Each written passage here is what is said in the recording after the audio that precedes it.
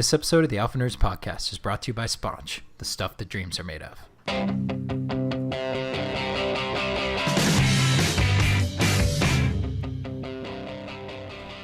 Welcome to the newest episode of the Alpha Nerds Podcast, the podcast that has recently resurrected itself from the living death of the Thanksgiving-itis. I'm Pete. I'm Bart.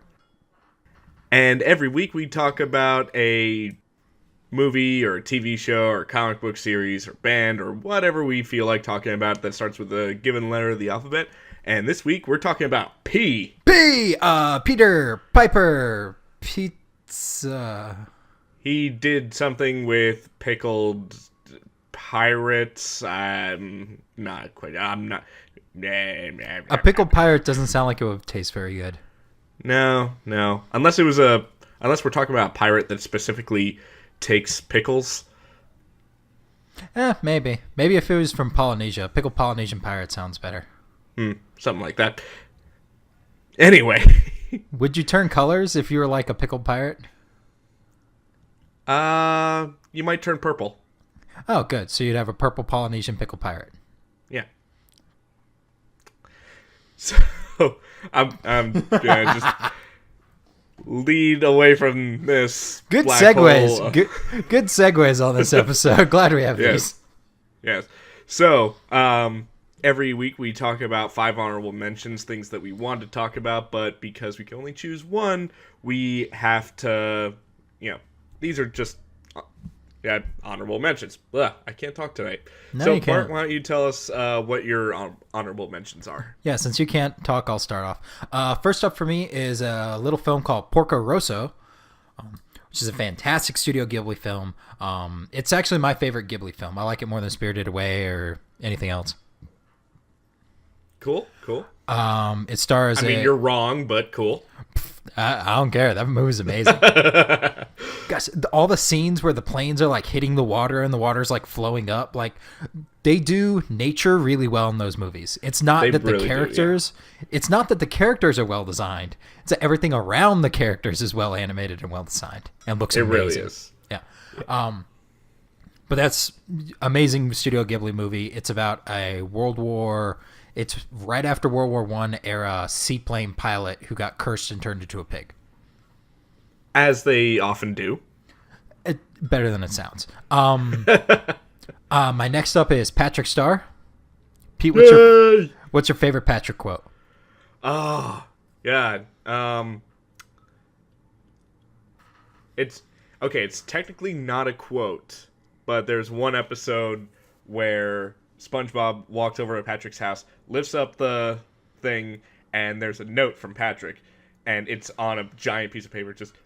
And it just says, in Patrick's voice, SpongeBob went to get more giant paper. Patrick. Nice. P.S. Happy Leif Erikson Day. Yahurga-dinga-dinger. I don't remember that last part. The PS wasn't on the screen, but yeah. Okay. My favorite was are you angry too, Patrick? Yeah. Why? I can't see my forehead. That's good job. Good job, Patrick. You're doing. He had such an angry face on, just like he was legitimately pissed. You're making waves today, Patrick. Third on my list is RPG for the N64 called Paper Mario. Super fun. I love the Paper Mario games. They're great. Yes.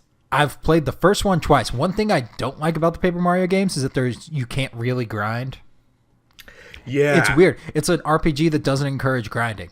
But when you actually okay, I'm just not good enough to beat this guy, and you have to grind, now you're getting a pittance. And you're like, oh man, come on. Because you can beat some enemies and they won't give you anything. They won't even give you a single point of experience. Yeah. And it's just, yeah. I could probably do a lot better in that game if I actually spent my money on the items that you need, but I'm always no, I might need it for something else. Oh God, that's I have that same anxiety. That's why I'll almost never use health potions. Oh no, you might need them later. Yeah, Can't use them now. I need it now, but what if I need it even more later? You never know what's gonna happen. But if Meanwhile, my characters are like, I'm bleeding to death. my eyes are on fire, literally on fire.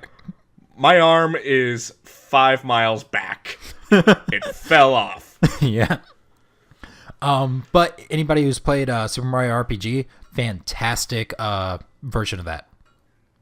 Yeah. Next up, we have Primitive Tech, or Primitive Technology, which is a YouTube channel that you just watched recently. Yeah. I've been watching for a while.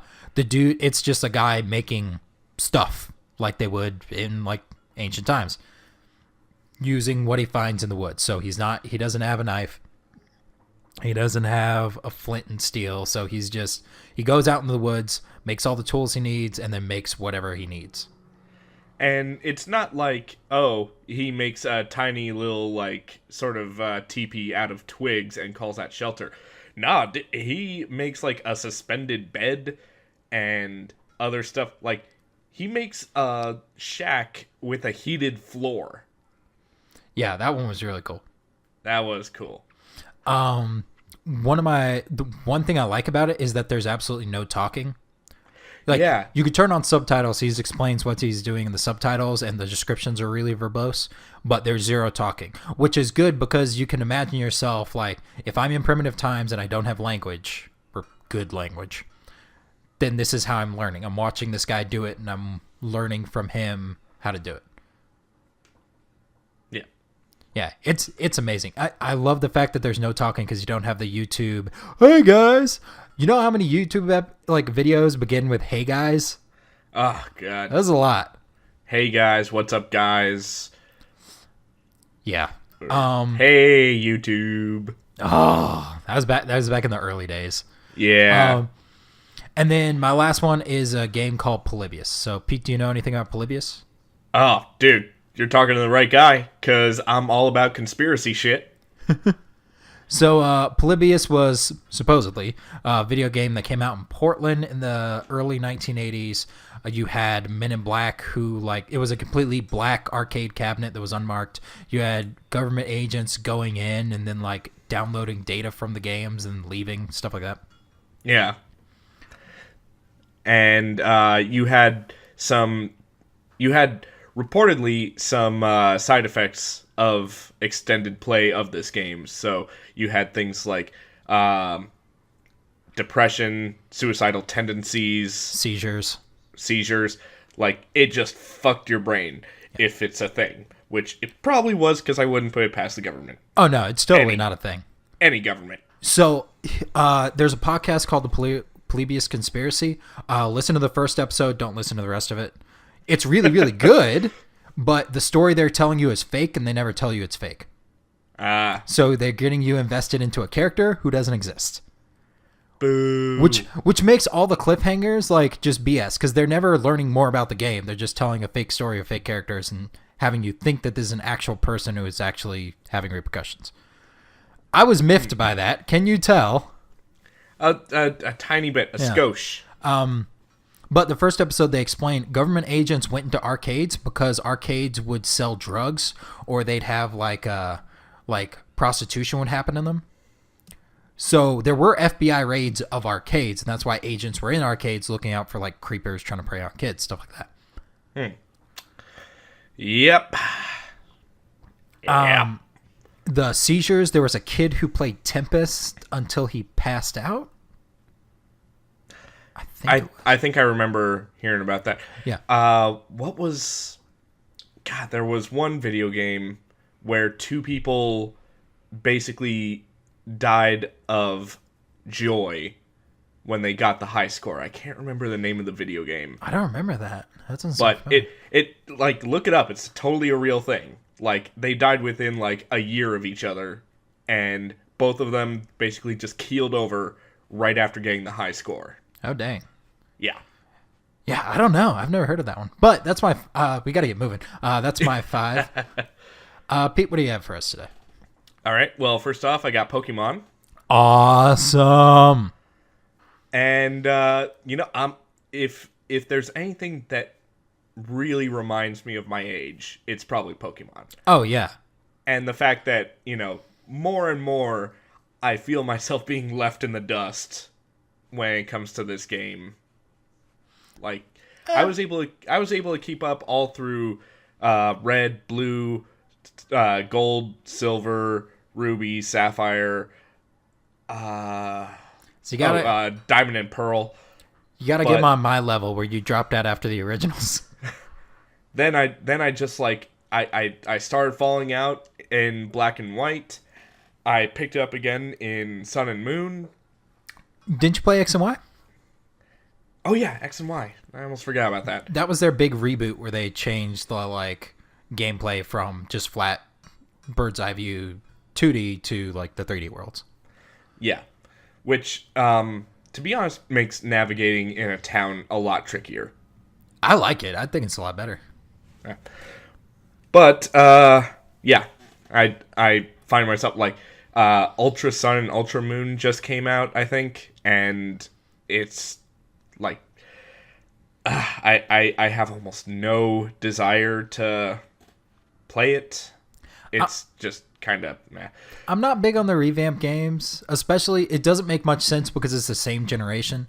Like Fire Red, Leaf Green, like it makes sense. Like you couldn't get most of the originals for the Game Boy Advance games, so that makes sense why that's there. But like Ultra Sun, Ultra Moon, like like no, like this is the exact same. This is the previous game. Yeah, you can't do this, man. Yeah, it's ugh. But yeah, and I'm like I don't even know the names of all the Pokemon anymore. I can't even take a stab at what they're called. Gabumon, Garurumon, Agumon, Anjumon, Anjumon. You get the fuck out of here right now.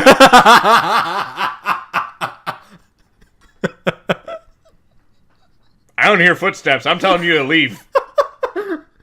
Go. What's your next one, Pete? Next up is Pac-Man. Yay! Yeah, classic arcade game. Classic cocktail cabinet game. Oh, yeah. Anybody remember what those are? I do. Well, yeah. I'm old. Yeah, it's basically like a little table that you play a video game at, and you're like waiting for food or whatever, and then like even when the food arrives, you can still keep playing because you're looking directly down at the surface. Shout outs to Pizza Hut. Pizza Hut! Back when they were cool and had sit-down areas and a salad bar. So there's a good episode of 99% Invisible called Utaph. UTAPH. Used to be a Pizza Hut. Go check that out. It's awesome. Nice. So, also wanted to talk about how Pac-Man started off titled as Puck-Man. They changed it to Pac-Man because people, they figured like, okay, people are clearly going to just like scribble out that part of the P and turn it into an F. And for good reason. Pac-Man's nose, he used to have a nose, by the way, looked like a dildo, kind of. Yeah, well, it looked the same like SpongeBob's nose looks, just big, long, yellow thing. Phallic. Yeah. Like one of those, like, not super creative dildos, like, just kind of cucumber shaped. Pete, I think we get the point. Like, you're just looking for something to get the job done, As Are you finished? Okay. I'm never finished. Pete, what's your number 3? Insert masturbation joke there. Next up is Paul, the movie with Simon Pegg, Nick Frost, and Seth Rogen. Never watched it. Really good movie, and it's basically just like, okay, you know how you could call Princess Bride Snappy Comeback, the movie? Yeah. Yeah, you can. You can call Paul Sci-Fi Reference, the movie. Maybe I will watch this now. It's just so good. And, like, you know how, what was it? You know how Fanboys had, like, a lot of cameos and stuff like that? Yeah! It's a lot like that, except a bit raunchier, because, you got Seth Rogen, like, pitching in to write and stuff like that. So Seth Rogen also on Fanboys? Yeah, as 3 different characters. I thought he was just 2. So he was the dude with the Jar Jar tattoo. He was the nerd at the sci-fi town, or a Star Trek town. And he's also the Klingon guard when they're asking to speak to Scruffy Nerf Herder. That's right. Okay. Yeah. just badges. Anyway, so yeah, it's really funny, and it's actually like a really good movie. I don't know. I really like it. The only part I don't like is that at the very beginning they're depicting San Diego Comic-Con, and they're basically showing like pan shots of people like trying out VR and stuff like that. And I'm sitting here like, there's way too much space in here. This is not Comic-Con. No. No, like, it's not Comic-Con until you can feel somebody else's sweat. Yeah. You're like, Ugh, God. hey, your phone's going off. It's on silent. I know. I didn't say answer it. Leave it. Number 4. Okay. All right. Okay, you're going to end one of these without a sex joke. Number 4. Next is Predator. Oh, thank you for that. Walked right into that one and took a seat. Oh, my God. Talk to me more about Predator, Pete. So, I didn't see a whole lot of the Predator movies, but I did watch the first one, and, you know, the whole, like, memes behind that one, the whole, get to the chopper! So, that's just been a constant source of joyful reminiscence for me. And, you know, it's also what you call someone who sexually preys on children. So we're going to get away from that. We're going to go back to the movie Predator with aliens. So it was going to be Jean-Claude Van Damme in the suit. Yeah. And it was going to be like this snake-type suit, and he was going to move all, like, smooth and liquidy. And they couldn't get it to work because the man has a giant foam snake head on top of him. Go look up, like, deleted scenes of it. It's hilarious. Yeah. So they got this dude who was he was like the size of Kareem Abdul-Jabbar. The guy was just insanely lanky. He actually plays the helicopter pilot. And they put him in the suit. Yeah. Yeah. And the design for it was kind of stolen from James Cameron. Because Sam Winston, the special effects guy, was in a plane with James Cameron next to him. And he's like, what are you drawing? He's like, oh, I'm drawing designs for this movie. And James Cameron's like, you know what I'd always wanted to see? Like a guy whose like face opens up. And Sam Winston's like, tell me more. Well, that's not exactly stealing it. That's just granting someone's wish. Yeah. But, Yeah. really good movie. So. Yeah, it is. Plus, do you know where Predator's shimmer comes from? No. 2 different green screen effects. Which ones? No, first would be Predator basically, like they... damn, I can't explain it well enough. But basically it's just the combination of 2 different green screen effects, and it just causes like a slight distortion in the background. Oh, because you're green screening a green screen. Yes, that's what I'm talking about. Makes sense. Cool. So, after that, I got Power Rangers. Yeah. Mighty Morphin Power Rangers. Obviously. But For me, it's Mighty Morphin or nothing. Yeah. I remember watching the movie when I was a kid, and I just remember going to that movie with my mom, and I don't remember anything about the movie. So the latest one, did you watch the latest one? I did not. I didn't either. We got to watch that. Because Yeah. I want to know what you think about it. Because from what I've heard and what I've seen, I'm like, oh, this starts out like The Breakfast Club. I don't want that in my Power Rangers movie. Yeah, I thought the same thing. Like, you know, I don't need, like, all these, like, weird people just forced to come together and, you know, oh, now we have superpowers. Oh, I guess we have to save the world. No, like, the Power Rangers were originally like, hey, we're all best buds except for that guy, and that guy became the Green Ranger, and that was a whole thing. Yeah. I want to see, like, full teen movie remake of Power Rangers where, like, Zordon's just a guy who lives on an island and Alpha One's, like, an old dude who, like, has to row them all out there while the Dawson's Creek song plays the entire trip. And he's like, hey, how's it going? How do we beat Rita? It's cool, man. Don't worry. And then the spirit of Luke Perry, who's Zordon, just disappears. Oh, my God. Okay. So that's my 5. Ooh, we can get to the podcast at 20 minutes in. This is Yes. not the best, but okay. Yeah, all right. I think we're going to go over today, but we had some great honorable mentions. There's some good stuff for the letter P. Yep. So, Bart, why don't you kick us off with your topic today? You stole my transition, my segue. There's great stuff starting with letter P, including... Oh. No. Oh. Poop. We should have rehearsed. Yeah, I don't want to know what this thing would sound like if you actually had practice in it. It would be like, ugh. It's like another Oh, my God. So my topic this week, Pacific Rim. Nice. Movie that came out in 2013. Giant robot movie. Absolutely fantastic movie. Pete, welcome to Trivia. All right. Who are the four let me see if Jaegers? the microphone picks up my knuckles cracking because... Yeah, there we go. That was a good one. So for the viewers at home, or listeners at home, Pete looked up one of these questions. I don't know which one, so I'm actually going to try to guess which one when he answers it. Name all four of the Jaegers that were at the Shatterdome. Okay, so we got Gypsy Danger. Uh-huh. We got Striker Eureka from Australia. We got Crimson Typhoon from China. Yarp. And we've got Cherno Alpha from Russia. Yep. What was Hannibal Chow named after? His favorite European conqueror and his favorite Chinese restaurant.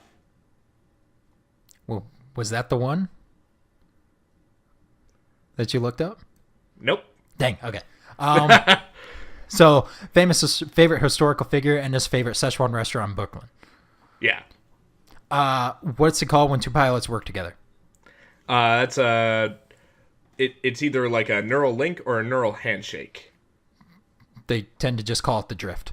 The drift. Okay. What was the name of Idris Elba's character? That was Stacker. People called him Stacks. Nobody called him that. Literally nobody called him that. Because they called him Marshall because that was his rank. Ah. Which we'll talk about that later. But Stacker Pentecost. What was the name of the Jaeger he piloted? Because he piloted one of two. Okay. That was Coyote Tango. Yep. And he also co-piloted Striker Eureka. Did you look up that one? That one I did look at. Okay, that's what it was. Okay. Yeah. So I missed it the first time, got it the second time. What kaiju is tattooed on the scientist's arm? That's Knifehead. No. No? No. That's Omarashi. Oh. Yeah. It looks like Knifehead. It looks almost exactly like Knifehead, but it's not. Yeah. Yeah, I just remember like seeing it and like it's kind of like in that Jaws pose. Yeah. So I thought like, it looks like he has a knife for a head. Knifehead. That's another thing I love about this movie. Names are very like Literal. purpose-built. Like, yeah, they don't have to like look like anything else. So this movie was produced by Legendary Pictures, and Legendary Pictures, I say, is about 50-50 good movie, 50-50 bad movie. Because they made Dark Knight. They made Clash of the Titans. They made Pacific Rim. They made Wrath of the Titans. Yeah. Yeah. It's like... But they also made Hellboy. Or wait, was that Lionsgate? I don't know. Shit. We'll never know. That's the bad thing about this. So the guy who directed this, Guillermo del Toro, your favorite person to make fun of. Yes. Wait. My favorite person? His name. Oh. Guillermo del Toro, which translated from Spanish means William the Bull or Billy the Bull. Or Billy the Bull. The man is Billy the Bull, and nobody's called him out on this. Yes. But he's a fantastic director. I'd never call him out on it. He directed he's... Hellboy. He directed Pan's Labyrinth. He directed Crimson Peak. He's about to release his new one called Shape of Water. That looks really good. Oh, I can't wait for that one. That looks really good. But this movie, Pacific Rim, is a love letter to Godzilla and giant robots and just everything good in the world. It's also Guillermo del Toro's way of rubbing Michael Bay's nose in what a good giant robot/monster fight movie is supposed to look like. Yes. Okay, so before we get to the look. So the premise of this movie is the world started getting attacked by these kaiju, these giant monsters that would come up from the bottom of the ocean floor, and they would attack cities. So they built these giant robots that they called Jaegers, which is German for hunter. It's explained in the beginning. to actually fight the kaiju. And like the first few minutes of this movie are amazing. Oh, so good. Because it's just voiceover and like looking at stuff, but it looks it's good. exposition done so well. It's amazing. Because like it's narration over actual like news footage. Yeah. It's awesome. And well, not like actual news footage, but like, you know, story footage news footage. Supposed to look like news footage. I think Obama's in there once. I think you're right. I think he is in there. But it's like one line from one of his speeches just taken out of context to like maybe it's like a flash of his face for like a second of talking while the over voice is going on to something else. One of the lines in that opening is, when you're piloting a Jaeger, you can fight the hurricane. It's saying like you are built to just take on anything. You're absolutely unstoppable. When you're in a Jaeger, he talks about like when you like it was he was comparing kaijus to hurricanes, and it's like when you see a hurricane coming, you gotta get out of the way. You gotta find cover. But when you're in a Jaeger, you can fight the hurricane, you can win. Dude, and they just beat the snot out of them. And that's why, like, so when you're coming into this movie, the humans are winning every single time. Like, they never lost a Jaeger in a battle and then, they were all very sad. No, they just keep winning. They're unstoppable. It's amazing. Yeah. Like, they're so jazzed. Because to the point where, because the opening of the movie is him and his brother getting an alert that they found a Category 3 kaiju, Knifehead, and that he's the biggest one on record. Yeah. And they are so pumped to get out there and like, we gotta kill one! We gotta kill a big one! Well, they talk about how like Jaeger pilots are basically like the modern day rock stars. Yeah. Like, these are, they are the top tier hero of society. Yeah, like they're basically, well, they call them pilots, and it's good that they call them pilots because they're basically World War II pilots. Like, the robots are even designed to look kind of, especially Gypsy, to look like an old fighter plane. Gypsy was actually named after old fighter plane. Yeah. And the robot designs are very big and broad and like specific. You can tell from silhouettes which Jaeger is which one. Because Gypsy is your standard, just kind of big on the shoulders, chunky looking one. Striker Eureka has its little like butterfly wing things. Cherno just looks like a nuclear silo. Looks like a nuclear silo mixed with Ivan Drago. And you know what? There's nothing wrong with that sentence. No, there's not. You know what I love about this movie? You cheer for the Russians. When's the last time you cheered for the Russians in a movie? Armageddon? Yeah. Yeah. Like, because the Russians are out there and you're like, yeah, yeah, yeah. And then the bad thing happens. You're like, no. Yeah. How they design the monsters. So the Jaegers are all like very, Turner Alpha has 3 arms. Coyote Tango has his big pillar things on his back. Like, they're very visually different. And that's mostly the same with the kaiju. Like, most of the like big named kaiju have big differences. For example, Knifehead looks like it has a knife for a head. Leatherback looks like a gorilla. Are you sure? I thought he looked more like a turtle. Leatherback? No, he looked like a gorilla. He was like a big silverback gorilla. Huh. That's what I thought.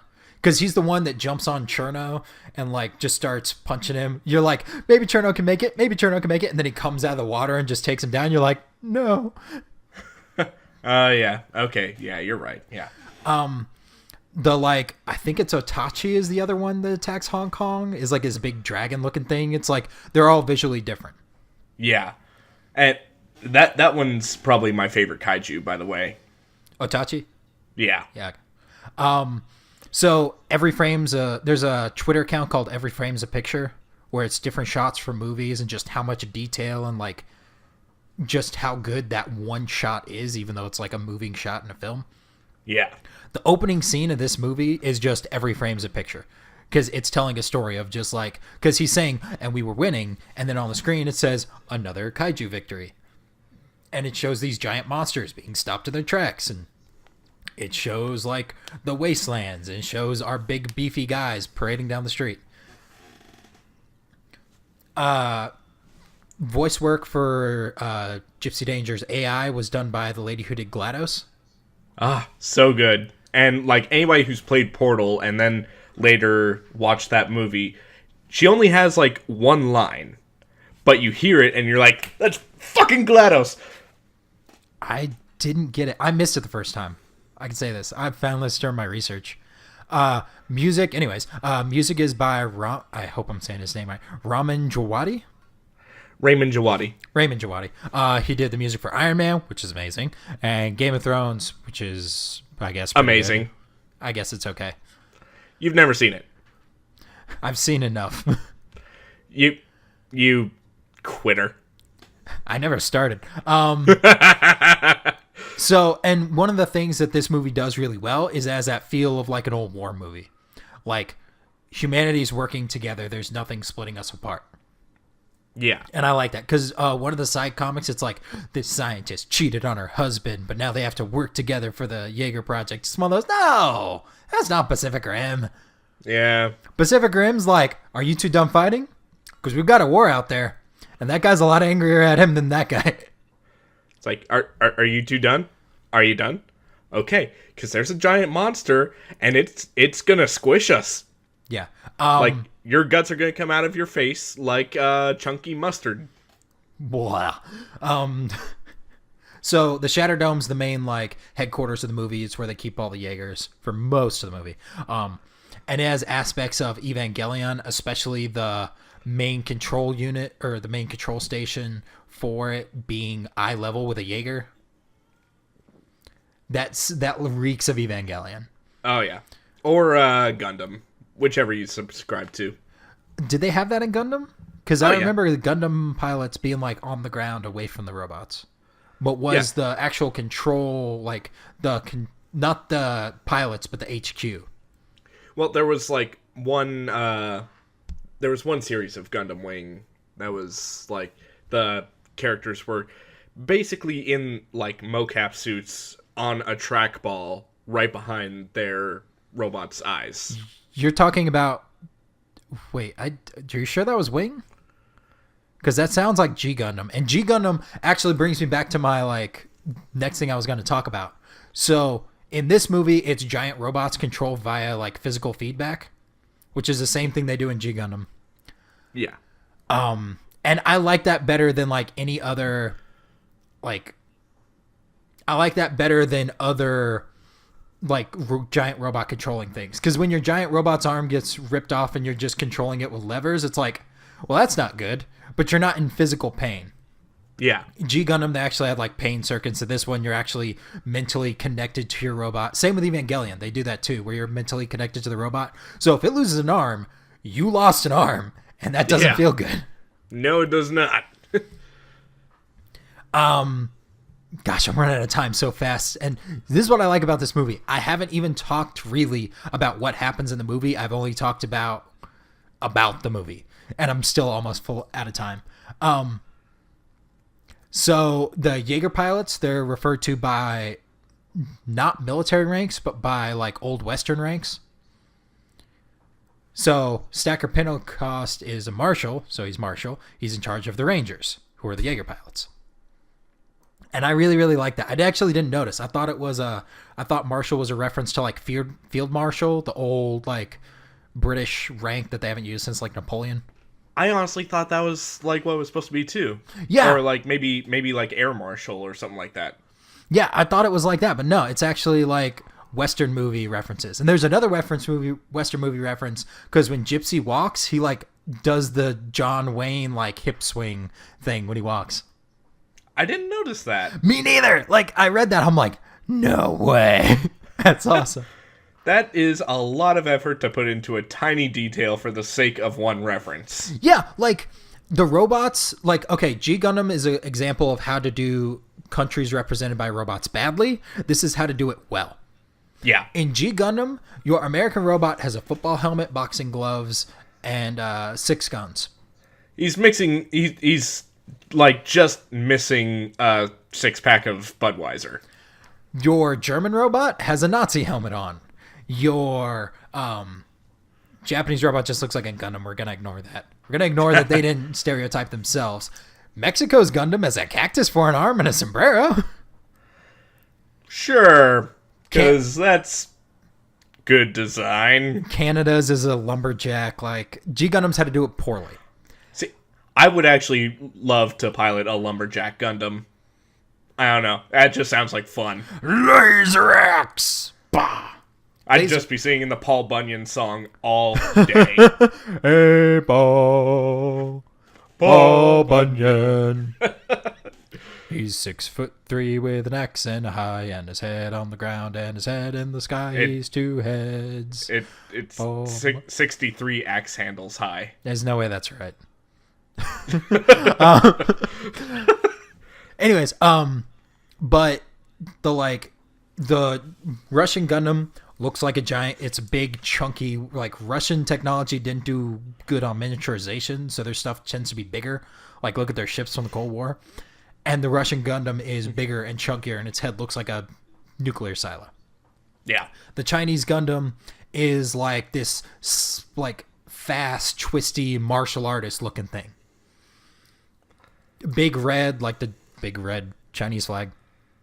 The Australian Gundam just... Well, you're calling them Gundams. These are like Jaegers. Nope, these are Gundams now. They're Jaegers. Gosh, okay. So, the American Jaeger walks like a cowboy. The Russian Jaeger looks like a nuclear silo and is giant and chunky. Like, they do really well at your country's Jaeger looks like it's from your country. Yeah. But without getting into... stereotypes. Yeah, ridiculous ones. It's really good. So I also like one thing about the feedback system is when they were filming the movie, the actual actors were physically bolted into these suits because it has to look like you're like walking on these gears and stuff. Yeah. So they actually bolted them into like gears and stuff.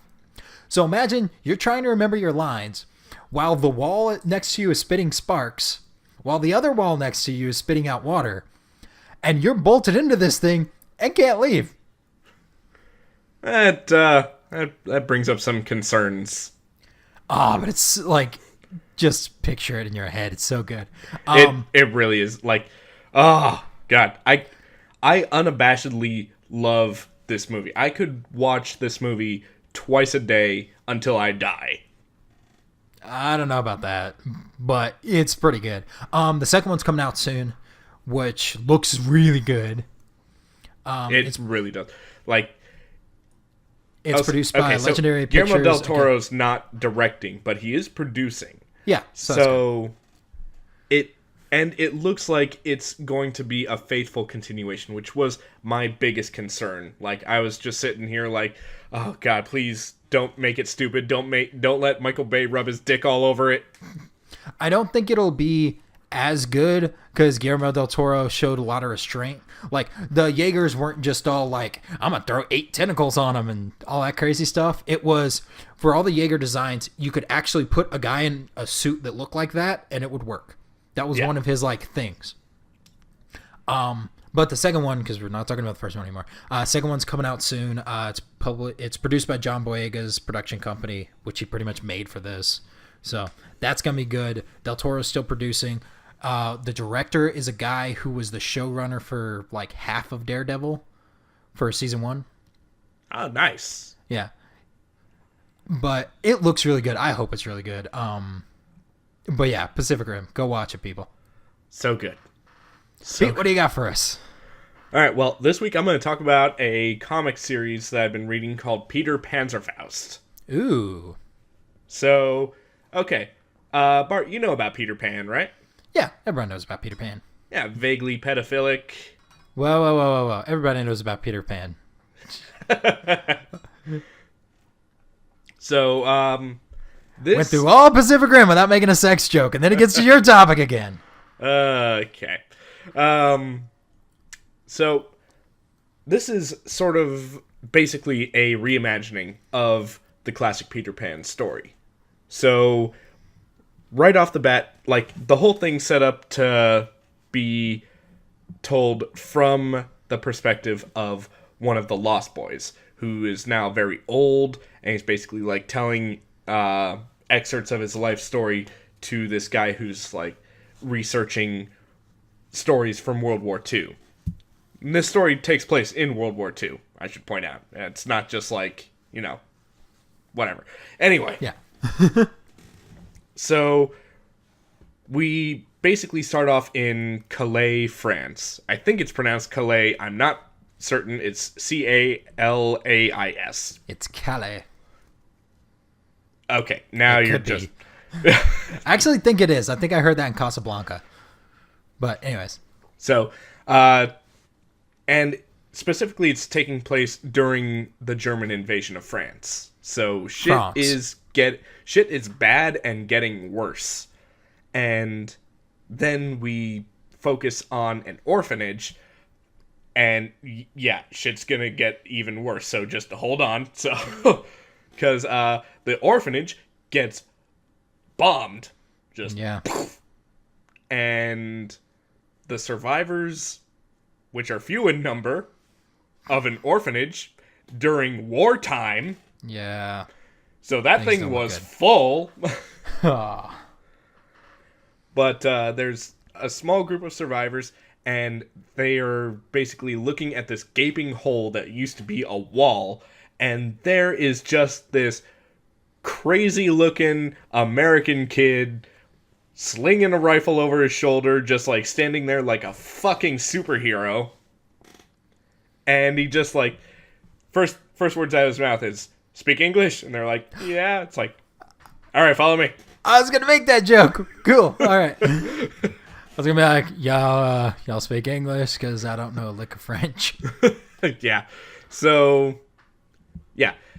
He introduces himself as Peter, and the orphans are basically the Lost Boys. And so, bam, right away we're getting into it. So, he is basically trying to just save as many people as he can. And so he basically like leads them somewhere safe that like he's been using as a hideout for a while. And as soon as they get there, guess what? Guess what's not fucking safe anymore? Yeah. Yeah, because a couple of Nazis are like, "Hey, we haven't checked this building yet." And they're like, "Oh, yeah, maybe we should." And, if there's anybody inside, we'll just, we'll kill them in really fucked up ways. Do they really? No, they don't say that. Okay, But, they just shoot them. They're Nazis. Yeah. Well, I mean, the Nazis are saying let's kill them in really fucked up ways. Yeah, but I mean, they don't say that in the comic book, but come on, they're Nazis, and they're not known for quick deaths. no. No. Continue. So basically, one of the boys gets caught, and the Nazis are basically, like, just fucking with him. Like, they're making it very clear that they're going to execute him, but they're being especially cruel about it by basically just being like, "Oh yeah, we're gonna put a bullet in you." And the kid, he's like 11 years old, so it's like, dude, what the fuck? Like, even for Nazis, come the fuck on. Yeah. So then every other Lost Boy with Peter basically just ambush the Nazis and take their guns and basically like leave them tied up in that hideout, and then they think like, okay, we're gonna need a new hideout. And so then they're like, well, let's just leave Calais. And they're like, yeah, okay. So their whole idea to escape Calais, Peter knows about a squad of British soldiers that have been taken hostage by German forces. So he thinks like, okay, if we free those guys, they can probably get a safe passage out of here. Because, they're British soldiers. Like, they're used to being in the shit. Yeah. So, miraculously enough, they go and rescue the British soldiers. Oh, good. Yeah, and it's awesome. It's actually really funny the way they do it too, like, because they basically find one German soldier that's like patrolling by himself. Never a good thing to do, by the way. No. And one of the Lost Boys just like basically runs up to him, grabs his hat, runs off, gets him to chase him around a corner, And then there are all the other Lost Boys pointing guns directly at the Nazi. And, like, the guy who, the one who stole his hat is like, I surrender. Nice. Yeah, it's a really nice, like, little ha-ha. So, they basically use this as a way to, get inside the place where they're holding the British soldiers and rescue them. And obviously, the British soldiers are like, dude, yeah, totally, we'll get you home. We'll bring you to London. Everything will be cool. And yeah, of course we will. I mean, you saved us. Okay. So they think they're like, okay, so we've got a ship in the harbor. We'll just get on that and we'll steam out of here as fast as we can. And they get to the harbor and it's full of German ships and U-boats. Not surprising, really. Like, well, fuck. This is a major French city, so yeah, it's not surprising. Yeah. So, what's to be done? They try sailing anyway. Yeah, why not? Yeah, why not? And their boats are known for being fast. Yeah, and their ship gets bombed. So there's that. Not a single one of the Lost Boys die. Yeah, all the British. We aren't told what happens to them. Oh, which is probably a hint as to what happened to them. We need to get rid of these characters real fast. What can you have them do? So they decide, like, okay, you know what? Clearly, we're not going to be able to get anywhere by boat. So let's just go to Paris. Paris has to be, like, super fortified at this point. Because, the French government is like, okay, I don't think the Germans are, fucking around anymore. Like, it was one thing when they were all like, ha ha ha, yeah, we'll just walk around the Maginot Line. And, we thought like, ha ha ha ha, yeah, okay, we get it, ha ha. Okay, stop. Dude, stop. Yeah. Dude, fuck off. So, now Paris is, like, heavily fortified against German invasion. And so Peter and the Lost Boys are like, okay, so it's 350 miles away. So if we walk, that's going to be a 5-day walk. It's like a 6-hour drive. It's about a 6-hour drive, yeah. I mean, their streets are bumpier, what with the craters, but yeah. Or it's, 8 hours if you drive on the day before Thanksgiving. Yeah. Yeah.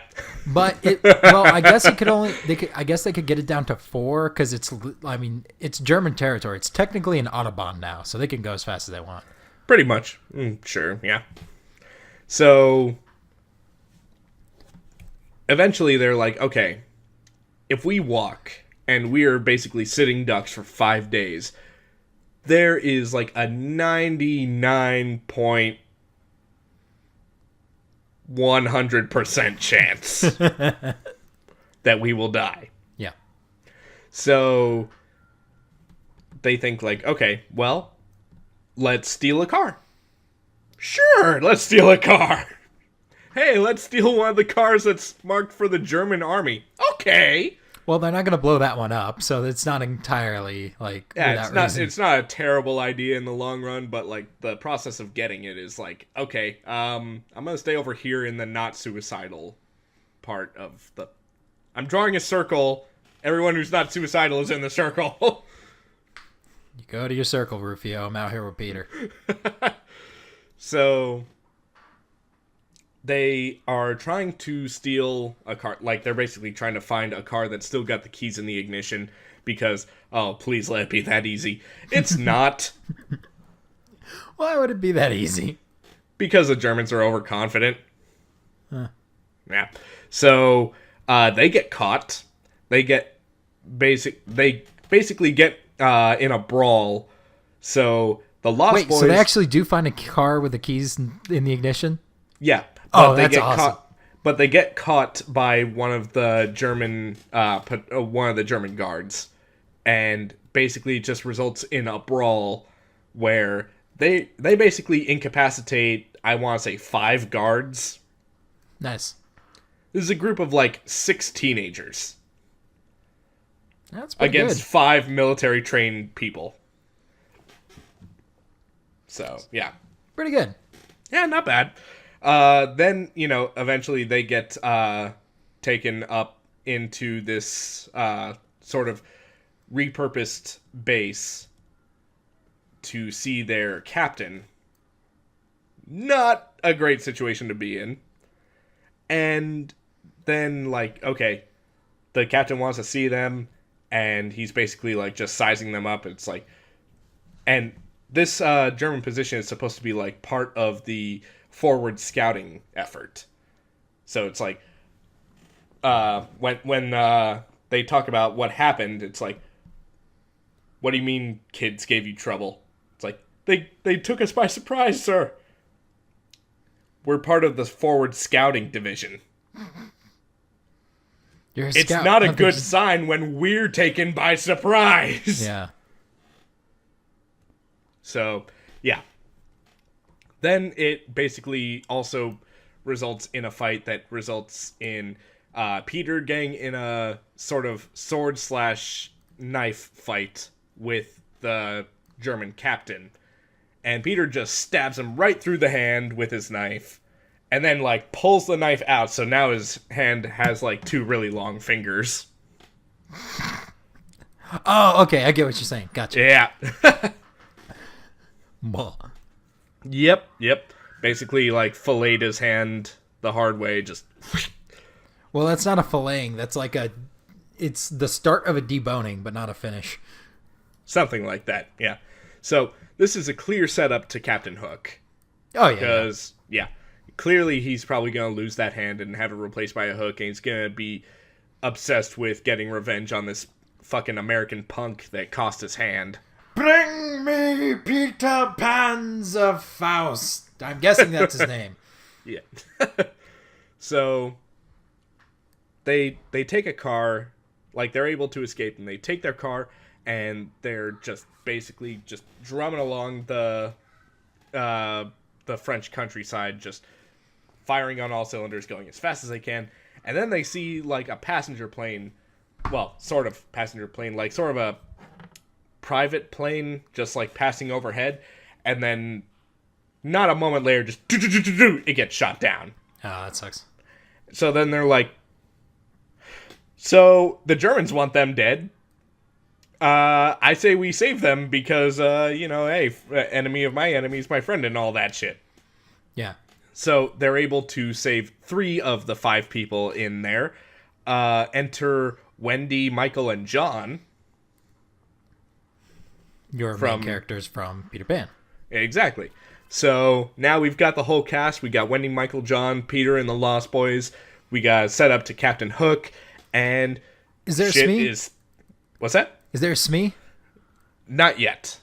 Because I can't imagine a German going, Smee. It doesn't have that same, I don't know, it just doesn't have the same kick to it when it's said in a German accent. Yeah. So, then it basically, it basically takes off from there. They find a barn, sort of farmhouse, where they just kind of hide out for a while. And for a while, it's actually, really nice. They're finally able to catch their breath. They're able to, actually relax, have a little bit of fun, play in a creek or whatever. And, there are no Germans anywhere because they're dude, this is the middle of nowhere. It has no strategic value. It's far away from any road. So Germans aren't going to be marching on this place. And for a while, they're right. Well, it wouldn't be a story if everything had a happy ending. Because, the Germans don't exactly march on it, but the German and French armies decide to use that whole area to have it out. So, that's not a great place to be in the middle of all that. So, when they see this, they're fuck. Everybody run to the French side! And they try to, except one of the Lost Boys is not able to get out of the farmhouse in time. Just in time for one of the Lost Boys who's going back for him, sees him in the window, and then the whole second story gets blown up. And then the Lost Boy who saw him die loses his fucking mind, picks up a gun, and just starts firing at at the German side. And, like, he's basically just going full-on Baze Malbus from Rogue One, just like, fuck you all! Props for remembering that name. Yeah, there you go. Well, I remember it because, like, he was a flamethrower guy, so reminds me of Blaze. Take out the L, Baze. Yeah, there you go. Yeah. Star Wars isn't, like, super creative when it comes to names if you can, like, make the link. Yeah. Okay, and so for you, how does it stack up against, like, other Peter Pan, like, stuff? Like, other Peter Pan stories, retellings? Honestly, I haven't been exposed to a whole lot of Peter Pan retellings. Really? But, honestly, this is a pretty good one. There's not really any magic. Like, it's basically like, take the cast of Peter Pan and put them in Inglourious Bastards. And that's basically what we get. Yeah, it doesn't sound bad. Yeah, it's actually pretty good. There's a lot of really great moments in it. There's a lot of, like, you know, among all the fast-paced action and the explosions and the manic running from safe place to safe place, which no longer becomes safe, they're interspersed among these slow, quiet moments that, you know, it's just like two people talking to each other. And they're talking about something like, almost like completely trivial detail about something, but for whatever reason, it seems so important. Yeah. And it's one of those moments where it's like really human moments. Yeah. Those quiet moments are, like, necessary. Like, you've said before with Mad Max that the movie gives you time to breathe and pause. Because if you never see your characters laugh when they're sad, you don't care. If Batman is brooding, I don't care. I've never seen him smile. So I don't care. Well, you see him smile in, like, the Dark Knight trilogy. Yeah. Like, he makes a bunch of jokes with, like, the look when when he's got, like, the burning beam on him, and Alfred's like, you do all those push-ups and you can't even lift a beam, gives him this look like, Alfred, I'm gonna die. Why you gotta be so mean? Oh, man. There was also one part of the animated series where it's like, the pain I felt from losing my parents, it's still there, but it's lighter now. Easier. What is this? It's called being happy, Bruce. Whatever it is, I like it. And he looks so mad saying that sentence. Just like... like, he squints when he says, I like it. Whatever it is, I like it. And none of you are going to take it away from me. None of you. Not you with the dead parents. Not you with the dead parents. Your dad's still alive. For now. For now. But yeah, like, my main, like, Peter Pan thing was just Hook. And Hook's amazing. Fun. Rest in peace, Robin Williams. You made that movie worthwhile. That was really good. Okay, Dante I didn't really see Rufio that as like I didn't really see that as a reimagining because it seemed like very faithful to the original story of Peter Pan. It's a reimagining though. Yeah, basically. But yeah, that was a really good one too. I love Hook. So good. Hook, like, critics didn't like that movie, and now it's just like, come on, man, it's Hook. It's Hook. It's like American classic. Steven Spielberg just knocking it out of the park again. Yeah, it's a good example of, like, movies that come out before their time. Yeah, so I'll give it that. Unfortunately, just not appreciated when it first came out, but now people are seeing, like, you know, what's really good about it. Yeah. So, any last words on Peter Panzerfaust, Peter? There's there are many really good reasons to check it out, but what I really like is just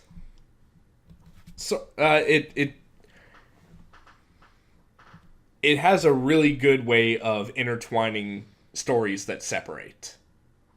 Okay. And I'm gonna leave it off at that because, like, if I go any further, it's like into twist spoiler territory. So yeah. Nice. Man, we didn't talk about all the good P names. Like, your name's Peter, you got Paul's, you got Patrick's. Hi, Patrick. If you're Hi, Patrick. if you're listening to this. He's not listening. He's not. Because he's sleeping. Oh, yeah, I forgot about that. But that's it for us for this week. Let's do the wrap up. Bart, favorite thing about Pacific Rim? I love giant robots punching other robots. Well, they don't punch other robots. Apparently you haven't seen the trailers for Pacific Rim 2. Well, okay, obviously. But we're talking about the first Pacific Rim. Oh, they punched the heck out of some monsters. Yeah. Like, another like cool thing. So the plasma like cannon they had, the dude who wrote it made like a in-universe explanation for it, saying that when it shot a kaiju, it instantly cauterized the wound, to where that way the like kaiju blue, their blood wouldn't like spill out as much. Yeah, and like poison the water and everything. Yeah, it's like nice clean kill. It's great. It really is. Okay, so thing you hated about it. Gosh, okay, so we do this every week, and I am never prepared for this question, even though I know it's coming. But this is always the one where I'm like, ooh. And it's not like Job, where I'm just like, what do you hate about it? The book. Okay, what do I hate about Pacific Rim? No, I love how ridiculous the scientist characters are. Mathematics is the closest we get to the writing of God. Look at this! Look at my maths! Gosh, okay, what do I hate about it? I gotta hate something. I hate the like. No, but that adds to it. Okay. No, I hate the when it gets too like. Actually, you know what I hate?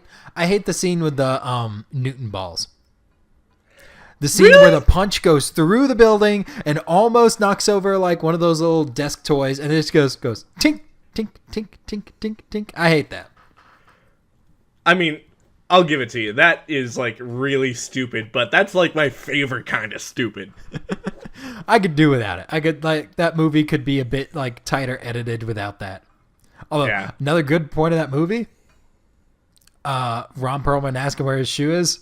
Oh my god, yeah. Yes.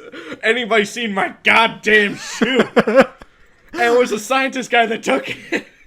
And okay, so they're not gonna have him in the next one. I don't think. Like, I don't see why they would, but I want him in the next one. I want him to be in there so bad. Just I want him in Perlman, you're a national treasure. I want him in there with his good shoe on his desk, and he's like desperately looking for it. He's just obsessed with this. He's burning through all of resources trying to get his shoe back.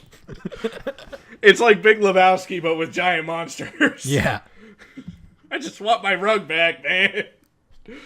Oh, okay. So, who is Pacific Rim a good fit for? Anybody. So if you're a teenage boy, you'll get off on the machismo. If you're like anybody over the age of 20, you'll love the special effects and the giant robot fights. If you're a guy who grew up watching old monster movies and old like Godzilla films, you'll love it because of just how much of a love letter it is to that. Anybody will like this movie. It's amazing. Nice. So the category 4 kaiju that pops up at like the very end of the movie, right? The one that climbs out of the rift. Uh-huh. Its name is Slattern. Huh. Slattern. Because so there was a novelization that went on with the book that was written by the screenwriter. Mm-hmm. And so that thing comes out and somebody goes, "That's a huge." And he's like, it's Slattern. Go get it. That's a huge bitch. Yeah. All right, but we gotta like move on. As much as I'm having fun with this, because I love that movie. Pete, why do you love Peter Panzerfaust? Man, it's just got like that old-timey feel of an adventure story that's happening in a world where that's being torn apart by war, and it makes you feel like the first time, like, okay, I doubt that anybody listening has done this, but like when you were like 10, 11 years old and you read Tom Sawyer for the first time and you had like this first idea of like just being a kid going on an insanely dangerous adventure because it was your adventure. I never read Tom Sawyer when I was a kid, so sorry, Pete. Okay, never mind then.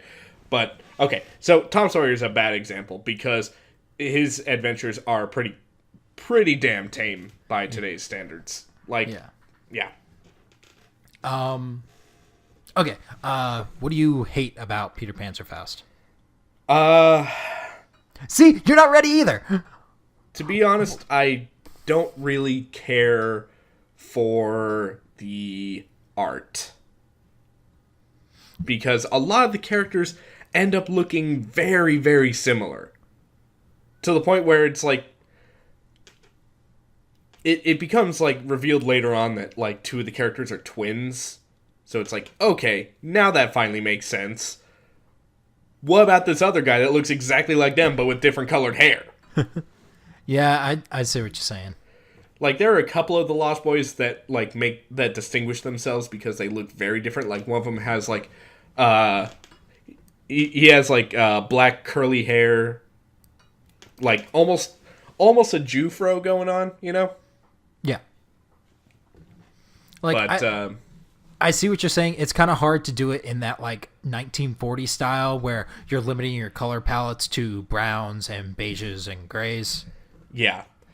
It's very tough.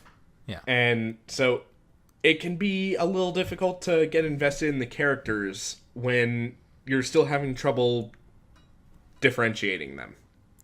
Gary died. Wait, which one was Gary? Are you Gary? No, I'm Jacques. Okay. I swear you were Gary. Interesting. The old man who's telling the story, he was given the nickname Toodles by Peter. Oh, nice. And so, you know, he just always calls him Toodles. And he tells him that because it's like, listen, if you aren't going to help, don't tootle along. Ah. And so he calls him Toodles. And and for the first half of the first volume, it's like, every time somebody calls him Toodles, it's like, please don't call me that. And then it's like, no, it sticks. It sticks. You're Toodles. Nice. And Pete, to finally wrap this up, who's Peter Panzerfaust good fit for? If you're a fan of historical fiction, if you like the Call of Duty World War II era games, if you really love if you can't get enough of watching Nazis get punched in the face, give Peter Panzerfaust a read. Nice. And that is it for us this week. We are super late recording, but whatever. Yeah. As always, thank you to OK Go for the use of their album Here It Goes Again off the album Oh No. You know them. You do not know us. But if you want to know me more, you can catch me on Twitter at BeatPanelComic. And you can catch me on Twitter at PeterKennyArt. Pete, letter Q, what you got? Questionable content. That's not a description of what I'm talking about. It's a webcomic. We will ask those questionable questions next week, where I'm also talking about Quantum Leap. Thanks for listening, folks. And bye, Sponge. Bye, Sponge.